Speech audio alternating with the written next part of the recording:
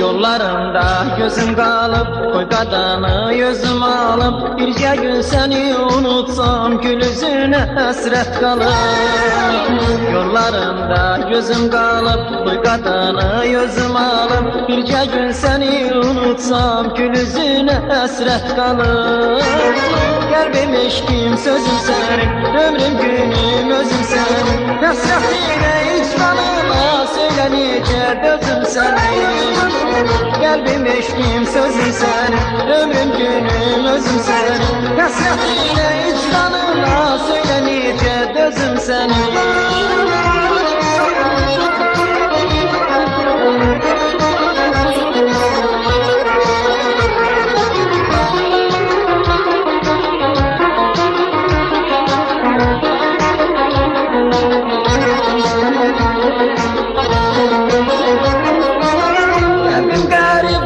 Kimi özünü tek sanar sensin, katarından ayrı düşüp düzden düze konar sensiz.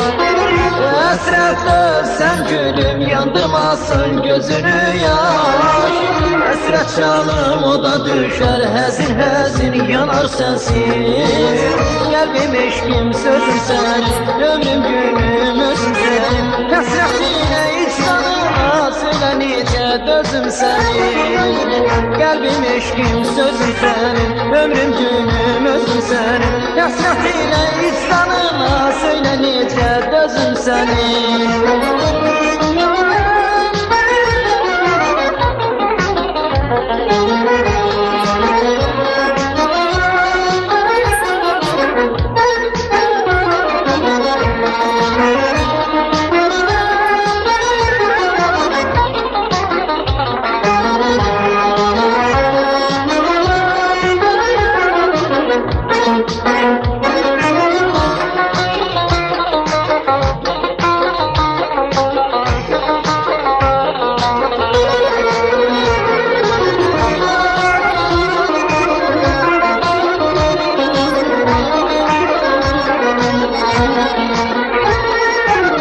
Açan güller solmayaydı, dünya demle dolmayaydı, yalvarırım Allah'ıma hicran esret olmayaydı.